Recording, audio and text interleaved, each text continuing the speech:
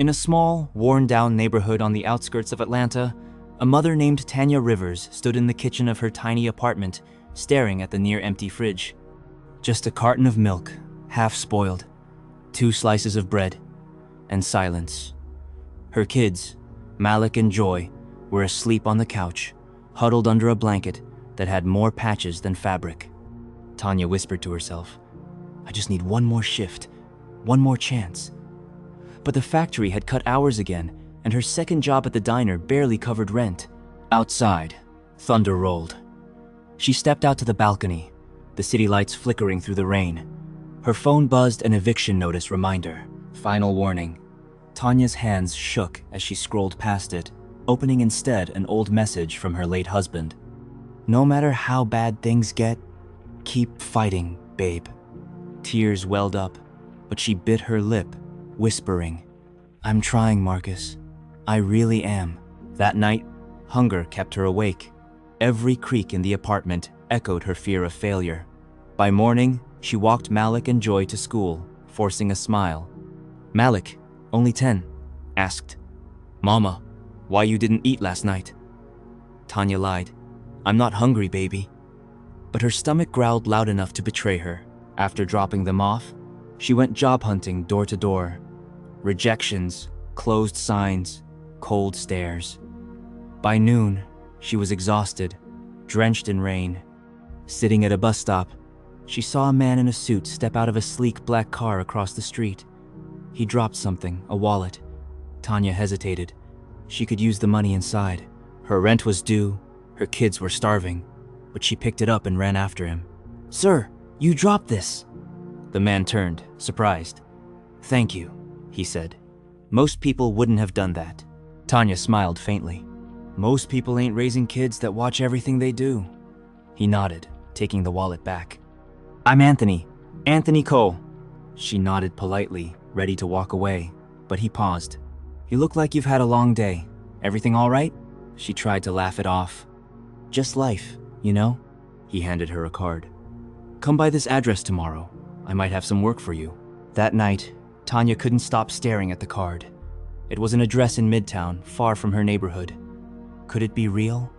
Could this be her chance? Morning came, and she dressed in her cleanest clothes, a faded white blouse and worn jeans. She took the bus across town, holding the card tight. When she arrived, she froze. The building towered above her glass, steel and success. She walked in, heart racing, eyes wide. The receptionist smiled. "You must be Tanya. Mr. Cole is expecting you." Anthony met her in his office, overlooking the city. "I read people for a living," he said, "and I can tell you're not someone who gives up easily." Tanya nodded nervously. "I can clean, cook, anything really." He smiled. "How about you help me manage this new outreach program I'm starting helping families in need? You'd be perfect for it." Tanya blinked in disbelief. "Sir, I don't have a degree." Anthony smiled kindly. "You have something better, Hart. You understand struggle." For the first time in years, Tanya felt hope. She started that week, helping coordinate donations, food drives, and family aid.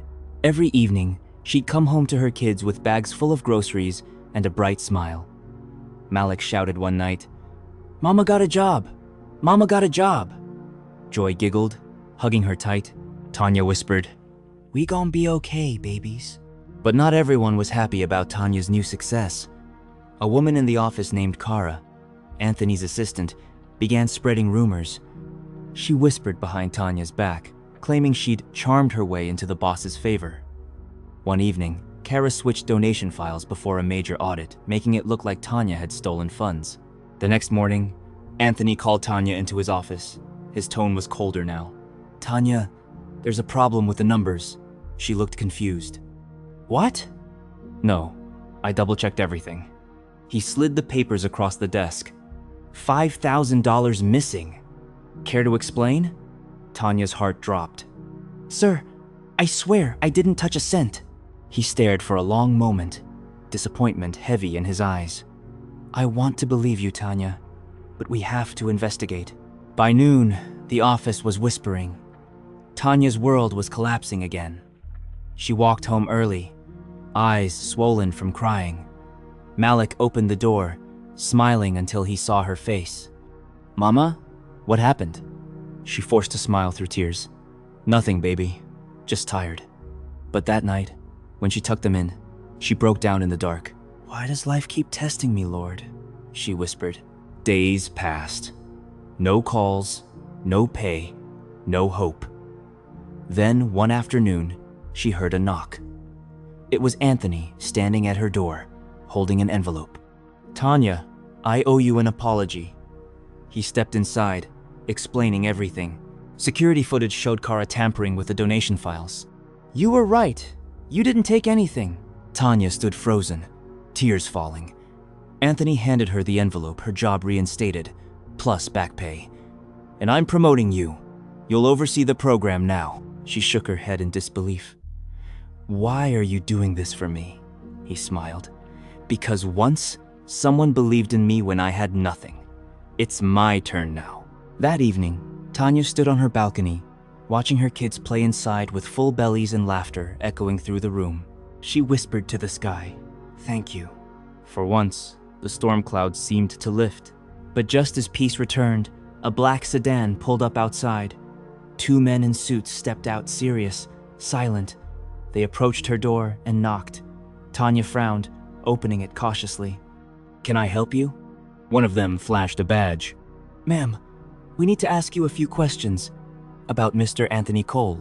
Her heart skipped. "What about him?" The agent's eyes met hers, calm but heavy. "He's under investigation for embezzlement and fraud. We believe he may have used the charity as cover." Tanya's breath caught. "No, that can't be true." The second agent looked past her into the small apartment. "We'll need you to come with us, ma'am." As the door slowly closed behind her, Malik and Joy stood frozen, watching their mother being led away in disbelief. The rain begins again outside. The sound of rain hitting the police car window was the only thing Tanya could hear as they drove her downtown. Her hands trembled as she stared out at the blurred city lights. Every drop of rain felt like a question pounding on her soul.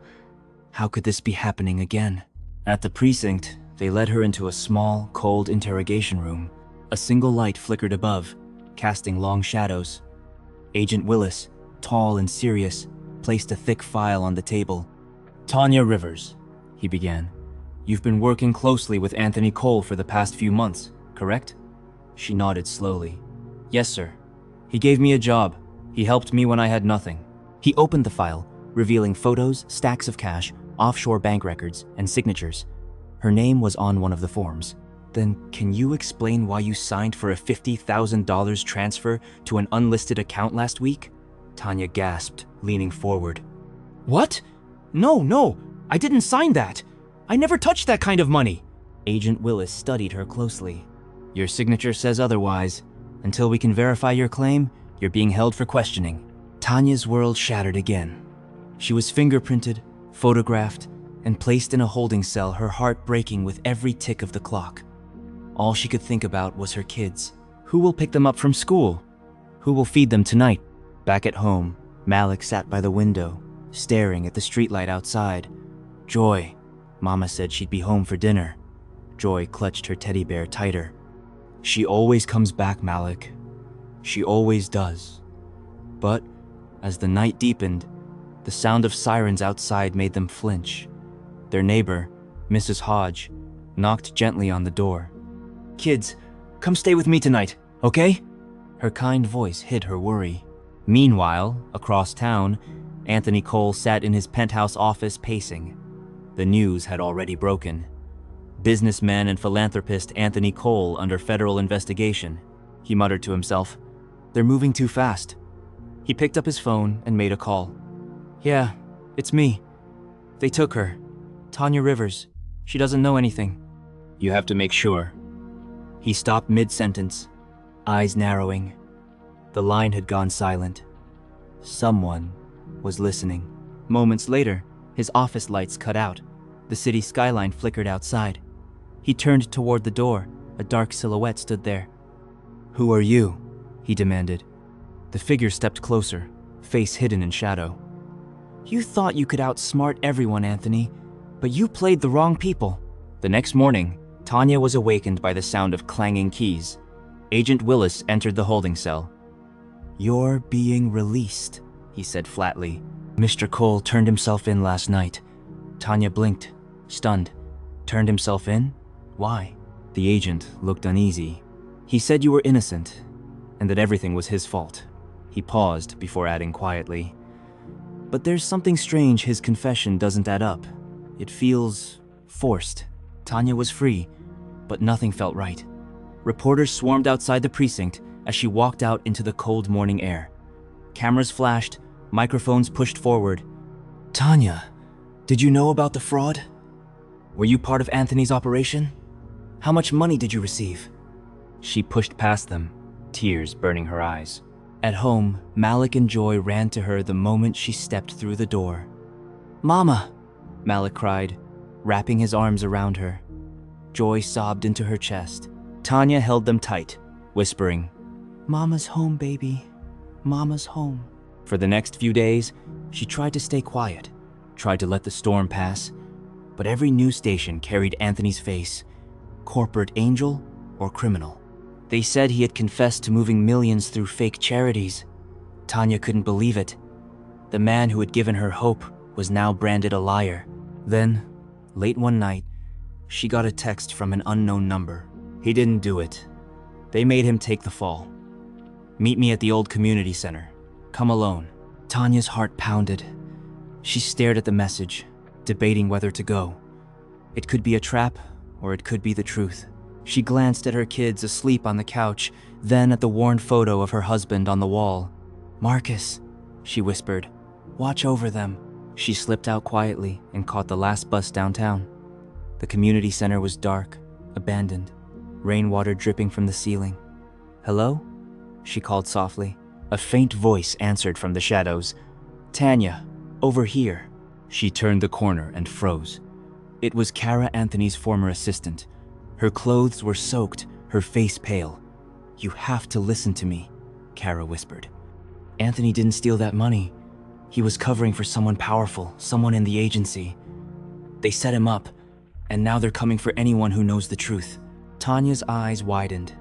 "You mean they'll come for me?" Before Kara could answer, headlights flashed through the broken windows. A black SUV screeched to a stop outside. Doors slammed. Heavy footsteps echoed toward the entrance. Kara's voice trembled. "They found us! Run, Tanya, run!" Gunfire shattered the windows. Tanya ducked, heart racing, glass raining down around her. She crawled behind a pillar as Kara screamed, then silence. The men stormed in, searching, flashlights sweeping the room. Tanya pressed her hand over her mouth, tears streaming down her face as one of the men's radios crackled. "She's in there somewhere. Orders are to bring her in alive." Malik and Joy waking up in the dark apartment, their mother gone, the front door slightly open, rain falling outside. Malik whispers, "Mama?" as thunder rolls in the distance. Rain poured harder that night, washing the streets in silver reflections as Tanya ran barefoot through the alleyways of downtown Atlanta. Her breath came fast, her heart pounding like thunder in her chest. The black SUV's engine roared behind her, tires screeching, men shouting. She ducked behind a dumpster, trembling, whispering a silent prayer. "God, please, not tonight. My kids need me." The voices drew closer. "She couldn't have gone far," one of the men yelled.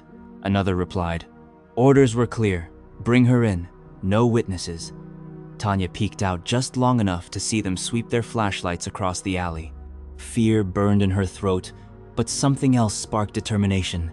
She refused to die running. Across the street, she saw an old warehouse, the same place she once cleaned before Anthony hired her. She darted across the road, slipping through a side door. Inside, everything was quiet, except the hum of leaking pipes and the echo of her heartbeat.